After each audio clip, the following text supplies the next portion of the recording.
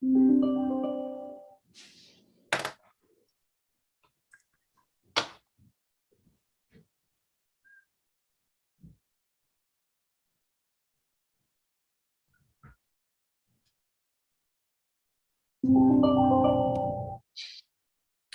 Mr. Mayor, we're all set. Good evening. Thank you all for joining. Welcome to the City Council meeting for July 5th, 2022. We're calling the meeting to order at exactly 7 o'clock. And with that, we will go on to the pledge. And I've asked our Human Resources Director, Mrs. Morrison, to lead us in the pledge. I pledge allegiance to the flag of the United States of America and to the republic for which it stands, one nation, under God, indivisible, with liberty and justice for all. Thank you very much. And then with that, we'll go for a roll call. Madam City Clerk. Councilmember O'Brien. Here. Councilmember Beach. Here. Councilmember Colson. She is not here. Vice Mayor Brownrigg. Here. Mayor Ortiz. Here. Thank you. And that will go up to the report from our closed session. I'll pass it to Mr. Guinar, City Attorney. Thank you, Mr. Mayor. The City Council met in closed session on June 22nd, and there was no reportable action. They also met in closed session tonight, July 5th, and there is no reportable action. Thank you. Very good. And with that, we'll move on to upcoming events. And I do have a few listed here. So I have from our Parks and Rec, the reminder that our last two Music in the Park concerts for summer 2022 is on Friday, July the 8th and Friday the 22nd. On July the 8th, we have Ryan Scripps, and July 22nd, Fleetwood Mac, which I'm assuming is a cover for Fleetwood Mac. Then I have from our city clerk, she reminded me that our candidate filing for districts 1, 3, and 5 opens on Monday, July 18th. And you please, if you're interested in running for one of those seats, you please contact the city clerk to make an appointment. And you do need an appointment. Then I have a couple of things from our friends at the Citizens Environmental Council. They have an event called Save Water with the Rain Barrels. That's on Wednesday, July 6th. That's tomorrow, 6:30 to 8 o'clock in the Lane Room at the Burlingame Main Library. We also have a Broadway grade separation virtual community meeting to discuss the details of the proposed grade separation. And that'll be Wednesday, July 13th from 6:30 to 7:30 p.m. And then with that, colleagues, does anybody have anything else to report? Having none, then we will move on to our presentations. And we have a Rethink Waste Trash to Art presentation. And who is leading that one? I'm just trying to see if our friend is here. Dale, Megan, if you could bring Dale over. I think they're on their way in. So Yep. There's Dale. Hi, Dale. Hi, So Dale. Is a student at Washington Elementary, and right? Did I get that right? Yeah. Yeah.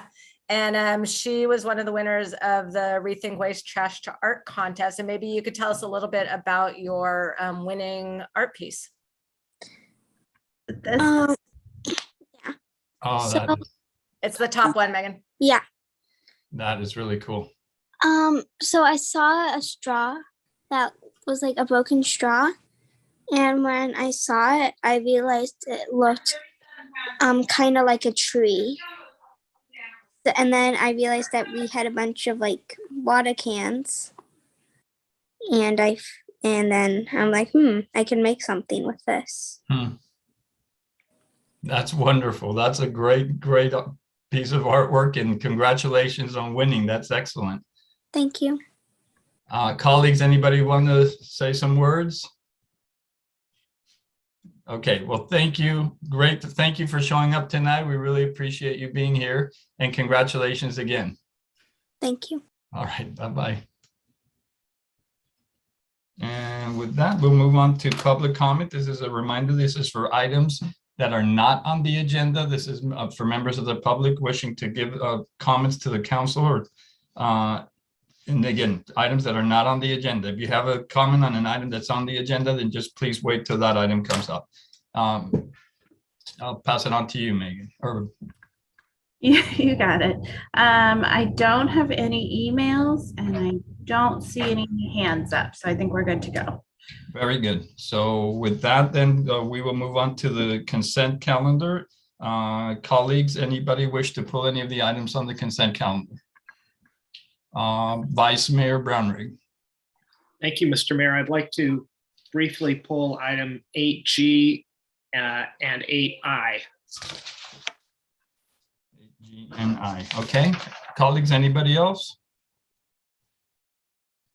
And then we'll open it to members of the public who wish to pull any of the items on the consent agenda. I don't have any emails pulling an item and I don't see any hands up. Okay, thank you. That'll bring it back to colleagues. If somebody would like to make a motion to approve the remaining items, and that would be items 8A, B, C, D, E, F, H, J, K, L. So moved. Second. I have a motion by Vice Mayor Brownrigg, second by Councilmember O'Brien. Let's have a roll call, please. Councilmember O'Brien. Yep. Councilmember Beach, Yes. Councilmember Coulson, Vice Mayor Brownrigg, Yes. Mayor Ortiz. Yes. And with that, then we move on to item number 8G. Mr. Vice Mayor. Thank you very much, Mr. Mayor. I'm going to start actually by, I didn't pull it, but I just want to commend the Public Works Department on item 8F as well, which was the investment in the storm drains throughout our city. And as you know, for anybody listening, this is the stuff of what that makes cities work. And so several years ago, we had significant flooding issues with creeks. And this is an ongoing investment by the city. So I just wanted to applaud our Director of Public Works and the city for leaning in and making things better. That's what good cities do, and that's why budgets matter. But the item I pulled is 8G, which is another Public Works issue. It has to do with our wastewater treatment facility. Oh, look at that. Oh, top of the morning to you. Or bottom of the morning. Or bottom of the morning.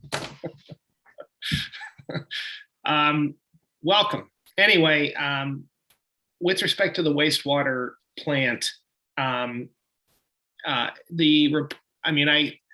guess I can just cut right to my question. So the report says we have enough capital in the accounts to pay for the engineering. The engineering is a big number. It's $1.5 to $2 million, but that's because the actual project is going to be so significant. And so my question is twofold. One, does that money come out of the rates, and do we have it in store, or how do we plan to cover that $16 million investment upgrade to the water plant? And two, if you could just briefly talk about the role that Veolia plays. They're our manager out there. Do we also lean on them for expertise? They're obviously a very large water management company, global footprint, so they probably bring a lot of expertise. Do we lean on them as we go about this design and build work? So thank you very much, Mr. Mayor. Those are my questions. Thank you, Mr. Vice Mayor, and now pass on to the Public Works Director, Mr. Martuza. Good evening, City Council and Mayor and Mr. Vice Mayor. Thank you so much for those great questions. And definitely we lean on Veolia to provide expertise. Just as a reminder, when we were preparing a couple of years ago, the master plan for the wastewater treatment plant that lays out the next 20 years worth of investment that needs to be made. They were very involved in that master planning, and they also assisted us bringing outside resources from different parts of the country to look at our facilities and what can be done, what can be salvaged, what can be reconstructed instead of total brand new equipment. So they have been very helpful. And throughout this process, we will be utilizing their help. And as part of their contract, they run the turnkey operations. But when it comes to finances, we are all involved, including technical expertise. We bring on outside resources as well, in addition to Veolia. Now, with regards to funding the current proposal before you, which is the professional services agreement, and then following that would be actual construction. So we do have money available in the existing budget, $1.5 million for doing the professional services, and that is collected as part of the ratepayers from sewer revenue, and then from sewer services. With regards to the construction dollars that we are anticipating that will be coming from the state revolving loan, we're looking at 1.9 or less percentage rate. It's an extremely low interest rate loan that will that is provided by EPA through the State Water Resource Board. So we will be leaning on them. And this is this project right now in terms of the professional services. A part of the scope of work involves them to prepare the project to a degree, to a level that will allow our project to compete with other projects in the state to score higher points so that we get funding for the construction. Excellent. So just to be sure I understood that. So in other words, we can borrow, or at least we hope to be able to borrow the bulk of, or even all of the 16 million, which then allows us to smooth the payments over time rather than coming up with that number all at once. That's very true. Perfect. That's really helpful to me. Thank you. I didn't realize that. I appreciate that now, that information. And one further clarification, then the debt service would be coming from the ratepayers, from the. That is correct, yes. Correct. Okay, good. That's excellent. And appreciate you pulling this one, Mr. Vice Mayor, because I think we often have many public works items on our consent agenda that we just kind of skip through, but it's always nice to be reminded that we do have a lot of expenses related to public works that we kind of justify with some of what we collect. So thank you for doing that. Any other questions, comments from colleagues?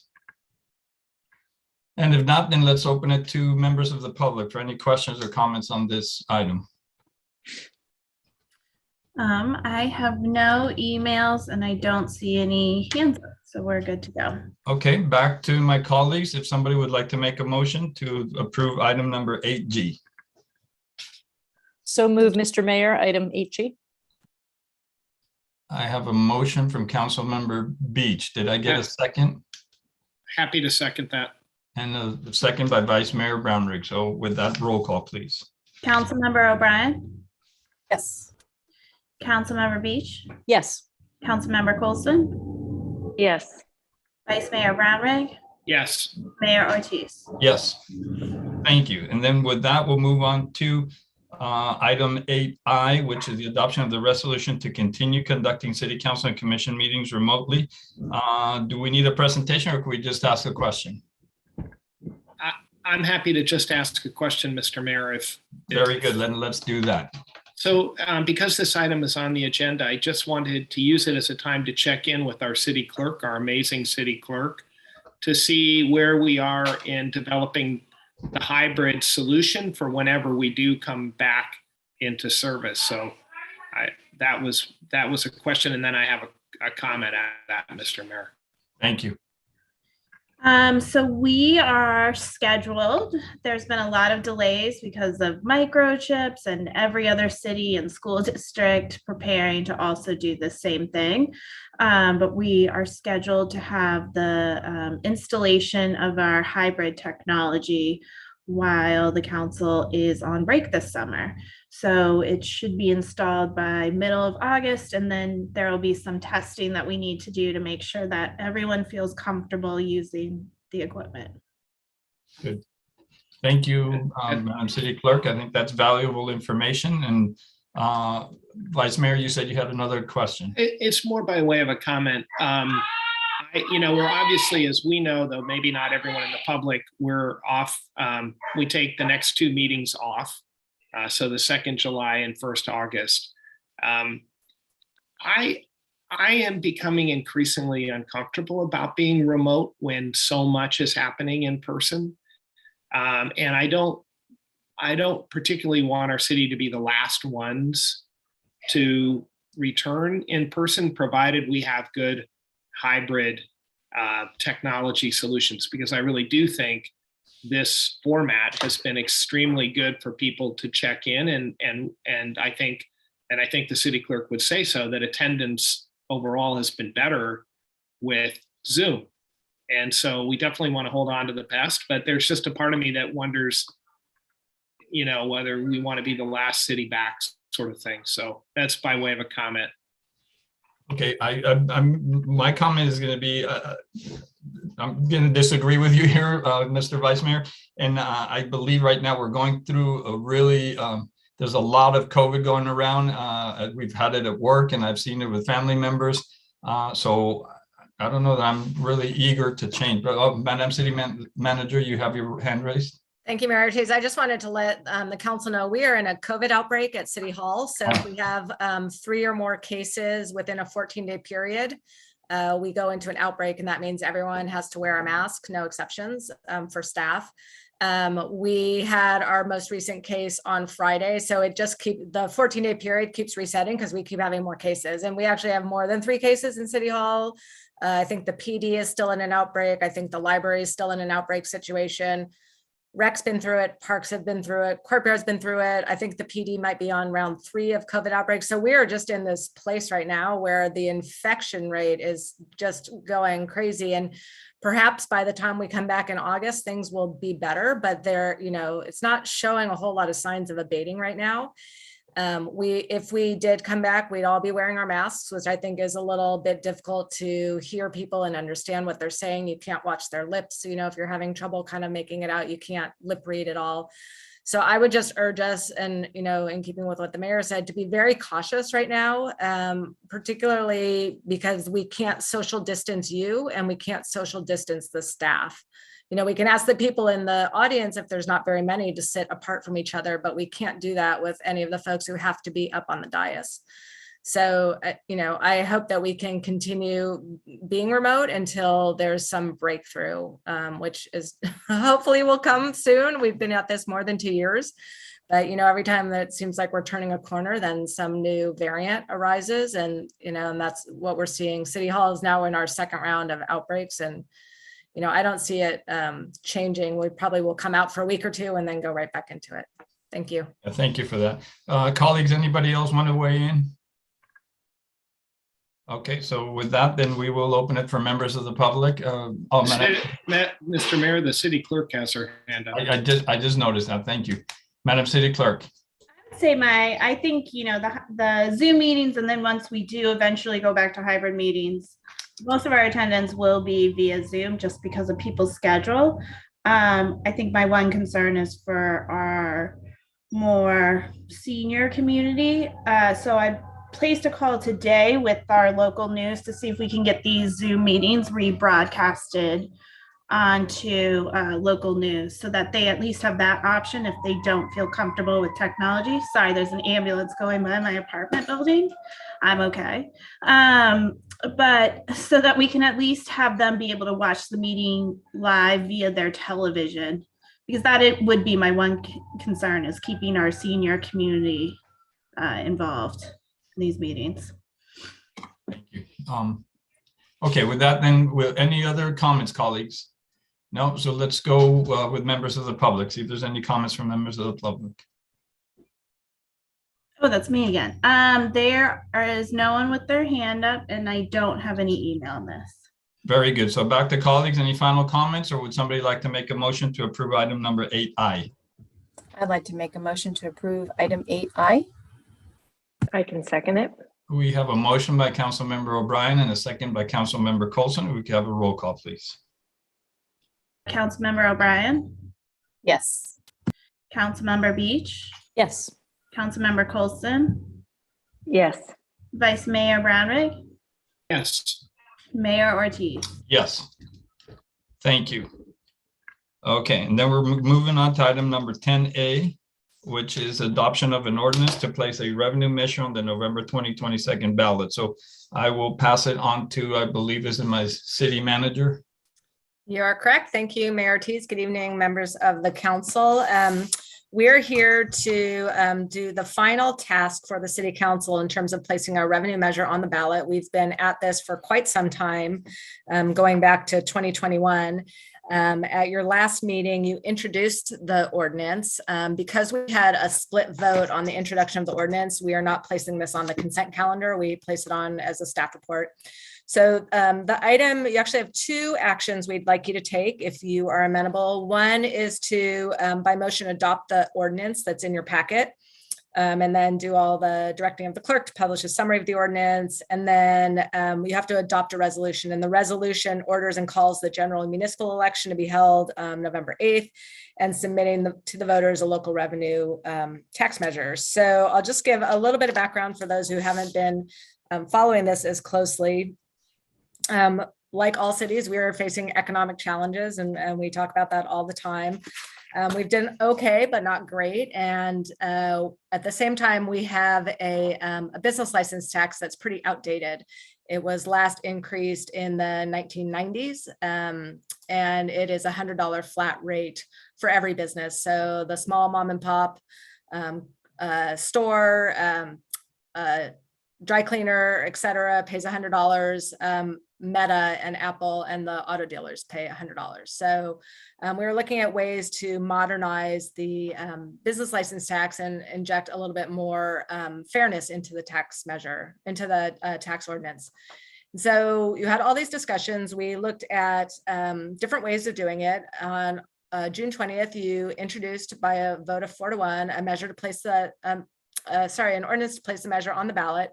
It would increase the business license tax, and at the same time, it would levy a 5% gross receipts tax on commercial cannabis activity. So I'll go through the business license part of it first, and then the cannabis part. So for businesses with annual gross receipts under $250,000, they would go from paying $100 a year to $200 a year. With those with gross receipts between $250,000 and just under $1 million would pay, instead of $100, they'd pay $300. And those with gross receipts of $1 million and above would pay $750. So they go from 100 to 200, or 100 to 300, or 100 to 750. So it's a little bit more of a tiering system than what we have, which is just a straight flat rate. And then in your staff report, it shows just the estimated number of businesses within each category. The vast majority of our businesses are in the less than $250,000 category. So our estimated number of businesses, and this came from our friends at HDL, who is our sales tax and business license tax consultants.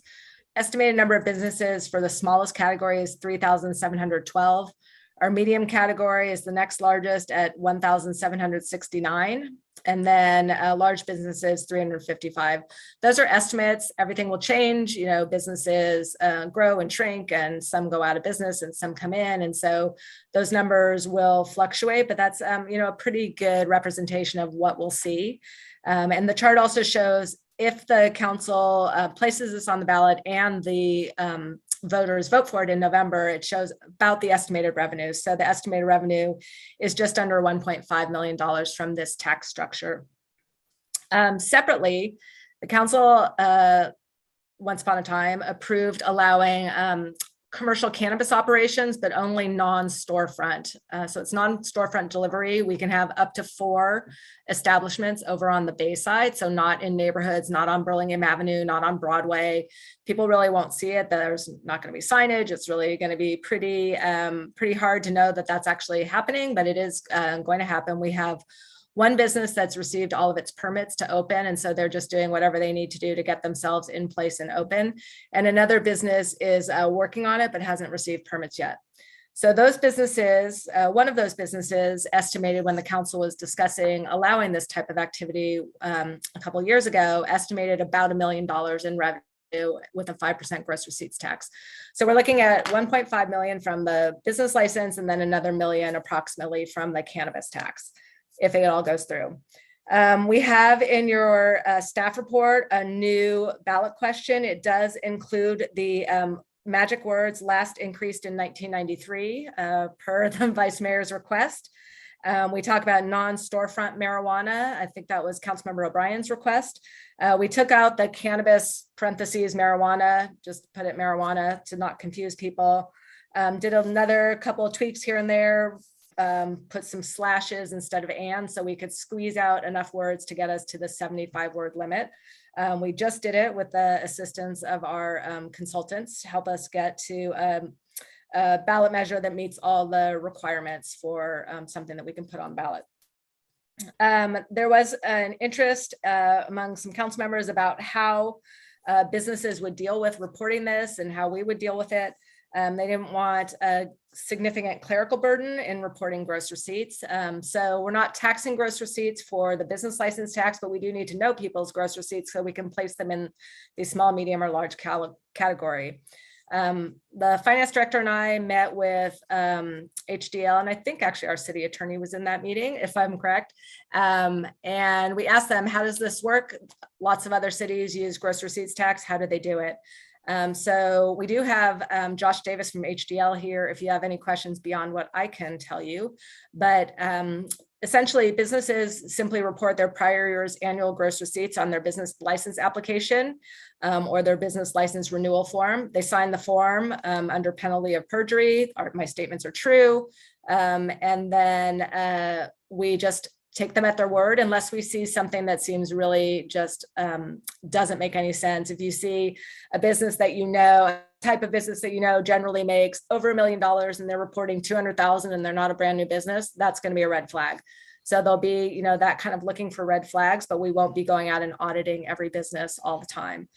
We will be auditing the cannabis businesses because that is a gross receipts based tax. So we will be working with HDL to audit the cannabis businesses to make sure that we know exactly what their gross receipts are. I think that is it. We have in your staff report the next step. So you'll adopt the ordinance and the resolution tonight if you're so inclined. August 12th is the last date to file the measure with the county. Other cities you've probably seen in the paper are looking at tax measures right now. They're not acting right now because they have until August 12th, but we'll be on break. So to avoid bringing the council back from far-flung places, we are asking you to take this action tonight so we don't have to do a special meeting. A week later, August 19th is the last date to file arguments for and against the measure. So these are the arguments that go into the ballot book. And then rebuttal arguments are due 10 days later. Our friend, the city attorney, will write an impartial analysis by the end of August, and then we get to election day. We as city staff can provide informational updates. So after tonight, we are limited to providing informational updates only. We're not going to be campaigning for this. So, you know, if this does reach the ballot, there will presumably be folks in the community who will want to pick up the ball and run with it. And turn this effort into a campaign where they can say, vote for this, because we can't do that as city staff. We can only say the money raised from this revenue measure could fund things such as, and the ballot question talks about the types of things that we could fund: fixing streets and sidewalks, enhancing police patrols and crime prevention activities, undergrounding power lines, general government use. And that's all the general government use we have to put in there because it is a general tax. It's not a special tax. If it were a special tax where we'd have to get 2/3 of the voters to agree to it, we could say, here's exactly how we're going to spend every single penny of the money that's raised. As a general tax, we can't do this. We can just talk about the types of things that we could fund. And these are general city services that we spend the bulk of our funds on, with the exception of undergrounding power lines, which is more of a short-term need. We're trying to get El Camino finished off, and then hopefully we'll have money at some point to underground other power lines in the city. So that is it for me. Our business license tax currently is estimated to raise $800,000. If approved, again, we'll get about $1.5 million. So the delta there is about $700,000 a year. One non-retail cannabis delivery operator could yield us about $1 million. So if we'll get somewhere between 1 million and 4 million, depending on whether we get up to 4 total operators, which is the maximum we can have. You have in your packet the ordinance, and then the resolution also has the ordinance attached to it. I'm happy to answer any questions. Megan can talk to you about mechanics of the election. Again, we have Josh Davis from HDL is here. Helen is, Scott, our finance director, is on as well. And then Michael, if you have any, Michael Gina, a city attorney, if you have any legal questions. And with that, I'm happy to answer any questions you may have. Thank you. Thank you, Madam City Manager. And this has been a lot of work. We've gone over this and had a lot of discussion. We've had some disagreement, and I think that we've gotten to a point where we've reached a compromise that I think is something that we feel will be acceptable to the voters. So I appreciate all the hard work. I think we've come a long way, and we have been discussing this for a while. So with that, I'll open it to my colleagues. Anybody would care to have any questions for staff? And we'll reserve comments for after the public. So no, okay. So again, for the members of the public who are just watching this for the first time, we have discussed this many times and in detail. So that is, if there's no questions, it's because we've already gone through most of this. So with that, then we will go forward. We go to the public comment first? Yes, very good. So we'll do public comment, Madam City Clerk. I don't see any emails and I don't see any hands up, so we're good to go. And again, I think it is a function of the fact that we have discussed this many times in the past. And with that, I'll bring it back to colleagues for any final comments. And just one question of the city attorney, do we have to do it one at a time, or can we do the three, the motion to adopt, the publish the summary and adopt the following resolution? Could it all be done in one motion? I would recommend that you do one motion to adopt the ordinance and then one motion to adopt the resolution. So two separate votes. Okay, and so then number two, the directing the city clerk, that would be part of the first motion. Right. Very good. Okay, thank you. With that, I see a lot of hands. Councilmember Beach. Thank you, Mr. Mayor. I just want to appreciate staff's work on this effort and our consultants who got us to this point. Really glad to see that we're going to have this cannabis gross receipts tax on the ballot. That is a huge revenue opportunity, and I've always felt very supportive of that. For those who've been following the debate, we did have a 4-1 at our last meeting. I've felt that I wish we had a different approach to the business tax, but that was not to be. So, at the bottom line, what I just want to say that tonight, I feel like, at the end of the day, the city needs the revenue. And that's why I'll be supporting this measure, certainly, even though I favored a different approach, but look forward to moving forward with this to help the city do what it needs to do. So thank you so much. Thank you, Councilmember Beach. Councilmember Colson. Thank you. I've just been following and reading a lot in the paper about other cities that I think are sort of struggling and sort of in the same boat we are, struggling and trying to figure out where and how the best way to do this. So it's obvious that it's not actually as simple of a question as it sounds. So I really appreciate how much debate we've had and the number of occasions we've had to talk about it. And I will support this approach because I think it's probably the simplest. I think it's easy to understand. And although I know we did discuss extensively gross receipts, which is essentially the other option, it really just got a lot of pushback from the businesses and was just not something the business community was ready to agree to at this time. So I feel like we've come up with a good hybrid compromise. I think that the city, it's not just that the city can use the revenue, but it's that it's a more fair and equitable tax structure, the way licensing fee structure, the way we've put it in. And that in talking to a lot of businesses over the last few weeks, the majority of them, from what I can tell, are think this is more equitable and a more fair structure as well. So I also understand that the state is pulling a number of things off the ballot, as is the county. So to me, this seems like a really good time to go when there might be fewer other tax or fee changes on the ballot. So I'm going to go ahead and support this. And again, I thank the city staff for doing all the hard work on the legwork on this. Great. Thank you, Councilmember Colson. With that, we'll go to Vice Mayor Brownrigg. Thank you, Mr. Mayor. And while our ballot paragraph won't win any literature awards, I do appreciate that it captures each of the nuances that we were trying to get in there. And I want to thank you, Madam City Manager, for making that happen.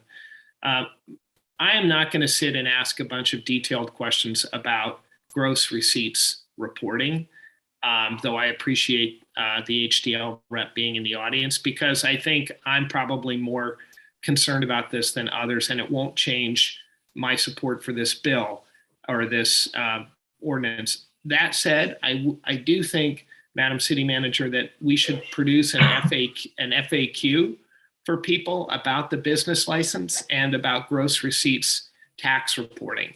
And in particular, I think people like me who are more like independent contractors, I think there'll be a number of just questions about what am I supposed to file, what's the number, and so forth. So I'd just like to ask us to get that ready. Should this bill, should we be successful at the ballot and have this on, as a regime going forward? Thank you. Thank you, Mr. Vice Mayor. Councilmember O'Brien. Yes, I'll be quite brief since we've discussed this multiple times over the last few months. I just want to thank the staff for all their work that they put into this. We were trying to achieve some simplicity with what option we were picking, in addition to the equitable approach, as Councilmember Coulson brought up. And when you really look at the numbers, we are very concerned about the small businesses. And the largest number of businesses actually fall into the small businesses. So it's 3,712 approximate number of businesses that, will have the increase, from $100 to $200, and the others will be higher. So, I'm glad we were able to achieve that. I'm not sure if we really would have been able to achieve that under the gross receipts. And we did, talk about that option. And, my understanding is actually these prices would have been higher if we went that route. So I do appreciate the healthy debate on this, and you never know, this could be, looked at futuristically down the road, 5-10 years from now. So I will keep in support of this ordinance. And again, I do appreciate all the time and effort that was put in by our staff and also by all council members. Thank you, Councilmember O'Brien, and thank you, colleagues. I really do think that we've worked really hard on arriving at what we did, and I would say it's not perfect, but I think it has a good chance of passing. And again, we have an option of doing it a few years from now if we feel that we can raise more funds. But as it is, we raised an additional $700,000 on the business license, and the way I see that is as a revenue stream for the next few years. So I'm not looking at just $700,000. So with that, I appreciate all the comments. And so if somebody would like to make a motion to adopt the proposed ordinance and to direct the city clerk to publish the summary of the ordinance within 15 days of adoption. So moved. So I'm second. sorry. I have. Go ahead. No, you go ahead. You go ahead and let's make do the this. motion, and I'll make the second.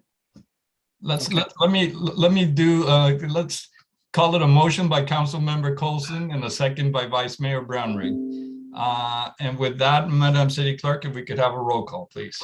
Councilmember O'Brien. Aye. Councilmember Beach. Yes. Councilmember Coulson. Yes. Vice Mayor Brownrigg. Yes. Mayor Ortiz. Yes, and then with that, I can ask one of my colleagues to give us a motion to adopt the resolution. There's a resolution of the City Council of the City of Burlingame ordering and calling a general municipal election to be held on Tuesday, November 8th, 2022, submitting to the voters a local revenue tax measure. So moved. Thank you. They have a second? Second. I have a motion by Councilmember O'Brien and the second by Councilmember Beach, and I appreciate that. I thought you were going to make me read it again. With that, if we could have a roll call, please. Councilmember O'Brien. Aye. Councilmember Beach. Yes. Councilmember Coulson. Yes. Vice Mayor Brownrigg. Yes. Mayor Ortiz. Yes, thank you. We'll move on now. Again, thank you all for the hard work. And again, this has been a long process, so appreciate it and look forward to bringing this to the voters in November. So thank you all. With that, we'll move on to, okay, and I lost my place here. I'm sorry. We will move on to item number, I threw it away with the other one. Hold on. 10B. 10B, yeah, thank you. Yeah, there we go. 10B, considerations in converting the bi-monthly to monthly bill utility billing for water and sewer services. And this arose about the concerns of some of our citizens about the perception that the bill is really high because it's for 2 months. So with that, I believe, Madam City Manager, oh no, Mr. Martuzza, our Public Works Director, thank you. Thank you, Mr. Mayor and City Council. This is a joint staff report by my colleague, Helen U. Scott, Finance Director, and my Deputy Director, Michael Heathcote, and the other staff in Water Division of the Public Works Department. Staff recommends the City Council review the information presented in this report regarding fiscal impact and other considerations related to converting the current practice of billing water and sewer customers on a bi-monthly basis to a monthly billing process and provide direction. Just briefly, I don't plan on going into the details of the report as it is clearly stated in the staff report, but we'll summarize the analysis here unless City Council has questions, which then we will go into the details. Currently, City uses a bi-monthly billing process to collect water and sewer services revenues. And at the November 15th meeting, City Council expressed an interest in an analysis for converting to a monthly billing cycle to provide customers with a more manageable monthly budget. Under the current process, the city has roughly about 10,000 water meters, and Finance Department creates a reading schedule for each of the billing cycle. Public Works staff does the meter reading, and one staff member is assigned and spends roughly about 7 to 10 days a month to do the meter reading, besides other operation works. Staff spends about roughly 440 hours of time annually for the meter reading. And then following the meter reading, finance staff identifies unusually high consumption meters, low consumption meters, as well as any problems. Staff then goes and rechecks those meters. Essentially, staff looks at another 650 hours of work to do the rechecks. We get about over 2,000 rechecks on an annual basis. And if we were to double this effort to do a monthly billing, all of this gets added, essentially doubled, and which means that we cannot do the work with one staff members. We have to add another 1.25 FTE to actually be able to provide monthly billing. And similarly, in Finance Department, they have currently 3 staff members that and 1 part-time staff member does the utility billing, another business license program.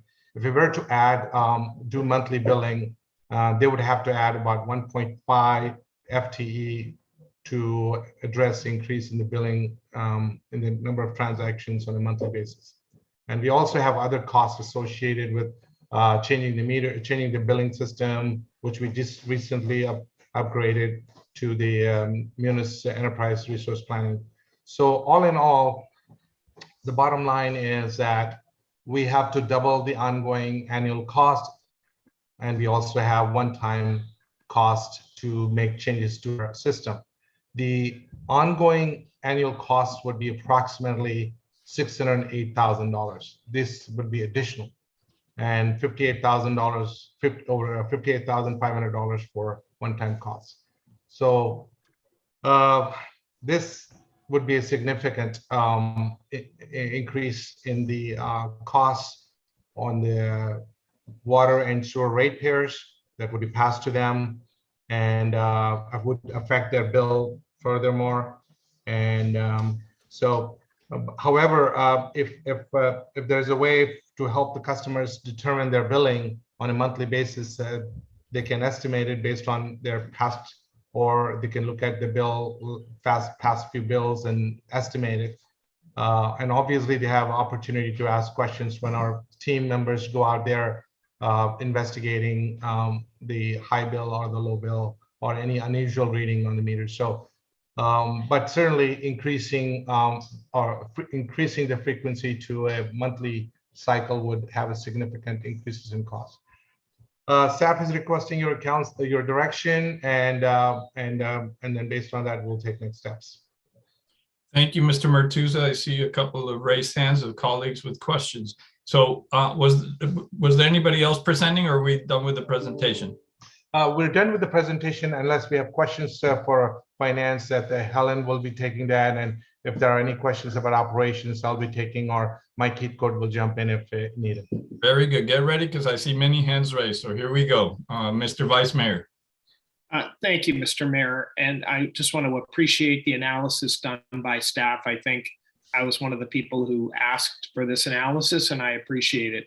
I'm pretty sure without polling everybody that no one's going to want to spend, and I don't either, spend $600,000 extra right now to make this switch. So I'm pretty sure I know where the outcome's going to go. I do want to say, though, that this should be something that we aspire to, either with monthly billings or by converting to smart city technology where you don't need readings at all. It's all real time. You know, a couple of the reasons why I was hoping that this might be less expensive and easier to do, it is the case that for many people, especially on fixed income, getting a $500 bill every 2 months is a lot harder than a $250 bill once a month or whatever it might be. So there really is a family budgeting issue that gets created by our approach. There is also just a tremendous amount of confusion. I can't tell you how many times over 10 years I've had to tell people our rates are not higher than our neighbors. We just don't bill you as often. And so to that point, because that's just, so here's a bill, and you probably can't read it too well, but there's a couple of ways that we could make it more clear. So the only way that you really know is it says a 2-month utility statement. And then if you're really good at reading and you can read small print, you can see which 2 months are covered. I think we could really spell this out. Say this covers 2 months of consumption, you know, really make it easy for people to understand that. And all that is changing some, you know, some text code in the software. And then finally, the other issue, if we could move to real time eventually, is then we wouldn't get these infrequent but really heart-wrenching complaints about people who get a 2-month water bill because something's been leaking and they've been away, and now they're paying hundreds, sometimes even thousands of dollars because something leaked and they never knew about it. So I know where this is going to wind up tonight, and I support that, but I think we can do better for the city if we put some thinking into it in the medium term. So thank you, Mr. Mayor. I know that was a lot, but I wanted to express that. Mr. Vice Mayor, if I can answer that question. Yes, please. Yeah. So I thank you, Vice Mayor, for those comments. And I think staff will definitely look into the current billing to see if we can add wording or highlight that wording of which month the bill covers, which 2 months the bill covers. And with regards to the smart billing, we are working on we are currently in the process of seeking federal grant to be able to change our metering to a system, a smart system that will allow for instantaneous information by the customers. They can have an app, they can see when they flush the toilet, how much water has drained down on the toilet. So they can actually see all the details. And so that might reduce some of the costs and provide more information. But with regards to the checks and rechecks, when there is a high bill or low bill, we do have to go out and check that and do investigation. Some of that cost might not go away, but definitely that some of the costs will come down as a result of smart technology. Thank you, Mr. Martuzza. Just to clarify that, would that require changing every single meter in town for that technology?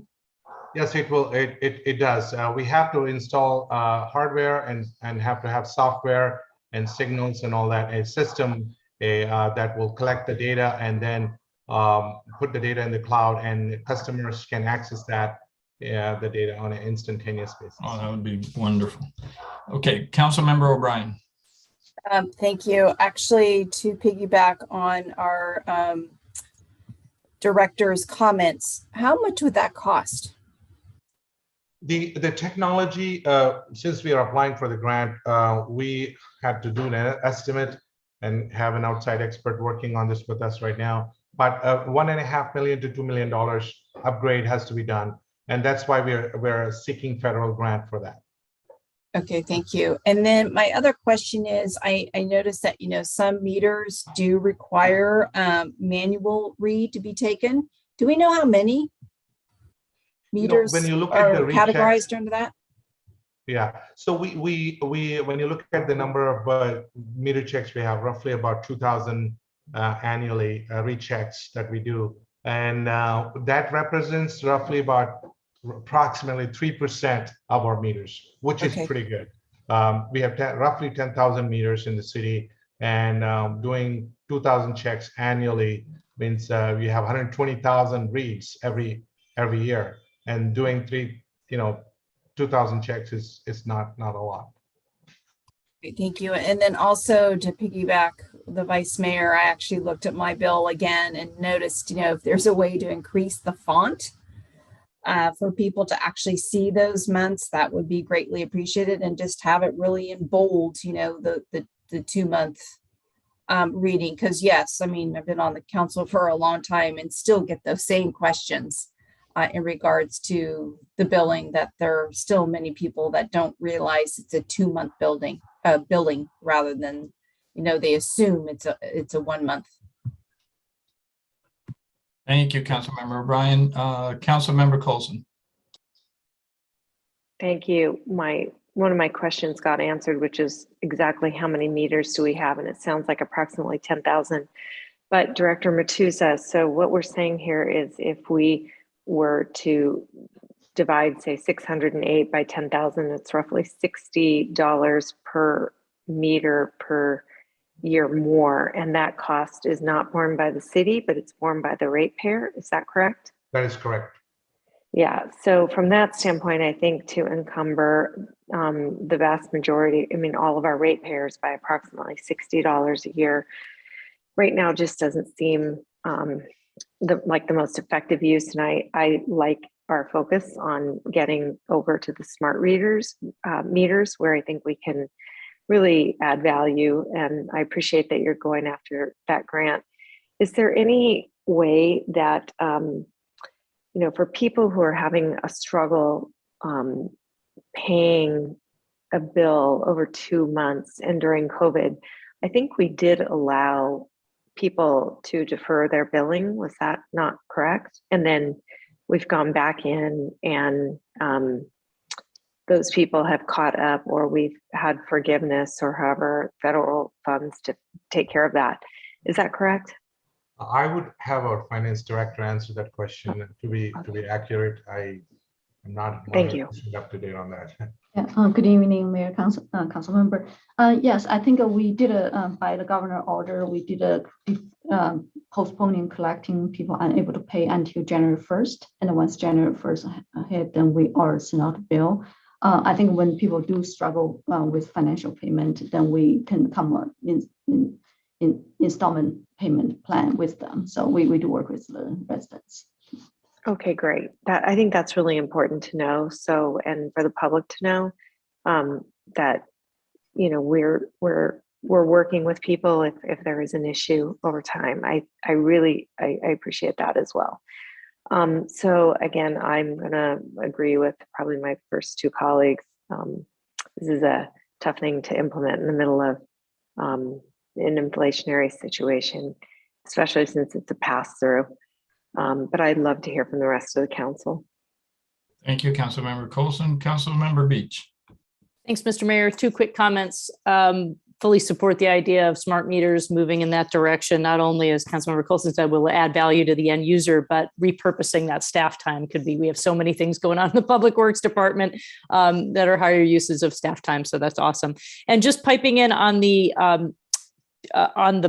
bills, I think it might really merit a talented graphic designer to look at it more than just the words or the boldness, but really get a visual artist to maybe use color and dividing in a way that could really make them more user friendly. That's my only comment, because I think it's more than even just the words or the size of the font. It could really be laid out in a more clear way. So thank you so much, because people don't even realize they're getting the bills are for two things, water and sewer, right? That could be really brought out as well. Not just that it's 2 months, but that there's two different utilities they're paying for. Thank you. Great point. It makes a lot of sense. I also had the suggestion, and I don't know what you guys feel about it, but to show what it would be on just divided by 2, what it would be on a monthly basis so that people could compare it to, because what we end up happening is people comparing us to other cities, and that's where if you just divide it by 2, so this would be your bill or estimate of your bill if it were only for 1 month. So that would be my 2 sentences. So I think we have a direction, Mr. Martuza, where I think we all agree we don't want to spend 608,500 or 58,500 right now. So I think we're pretty clear. Yes, Madam City Clerk, I was just going to say we should go and open it to members of the public. That is a great idea. I don't see any of the attendees with their hand up, and I don't have any emails, so we're good to go. Funny, we were thinking the same thing at the same time. So with that, we'll bring it back to colleagues, and I guess we've said our piece. So if anybody has anything else to add, I think staff has direction on this, and we are all in favor of redesigning the bill, but not changing it to a monthly basis because the cost is exorbitant. So if everybody agrees with that, then we will move on. Yes, we're good. Very good. So thank you, Mr. Mayor. With that, then we will move on to any council committees and activities reports and announcements. So colleagues, does anybody have anything they need to share with us? Mr. Vice Mayor. You're muted, Mr. Vice Mayor. The need to share is a high standard, but I'm going to choose to share briefly a win that we should all feel good about, and that is the plastic legislation that the governor signed. And obviously, it was a statewide effort, but I want all of us to know 2 things in case you're talking to constituents. One, the initial push to do something more aggressive about single-use plastics came from the former CEO of Recology, who's our waste hauling firm. He was appalled by the amount of plastic that couldn't go anywhere except to landfill. So tip of the hat to Recology. And then our agency, because we represent most of San Mateo County, took a very strong position in supporting legislation, or the ballot measure, if that's where it was going to go, or in this case, the legislature stepped in and legislated, thereby making a ballot measure unnecessary. And it's given our state the strongest regime to ensure much less plastic production, and what plastic does get produced has to be recycled. So I just wanted to share that because that was something, the fact that we are an agency representing such an important county, our voice mattered on that, and we can all take pride in that legislation. Thank you, Mr. Vice Mayor. Appreciate the update. And colleagues, anybody else have something they want to share? Not need to share, want to share. Very good. So with that, then we will go to future agenda items. Colleagues, anyone have anything to recommend for a future agenda item?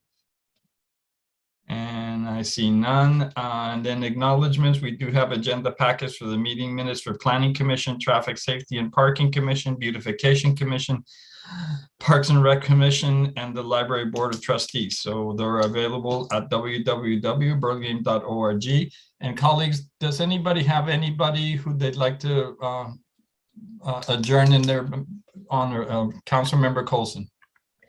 Thank you. I'm sure most of you read this in the paper, and she was a longtime resident in Peninsula Art Museum and the leader of that, but Ruth Waters died. And so, and she's amazing. Again, not a resident, but she was a resident in that her offices for years and years and years were here in Burlingame. So I think it would be appropriate tonight to adjourn in her memory.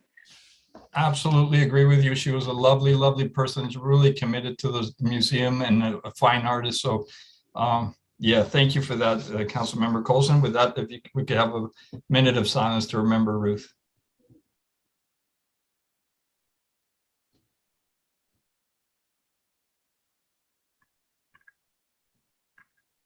Okay, thank you for that. And we stand adjourned. Thank you. Good evening.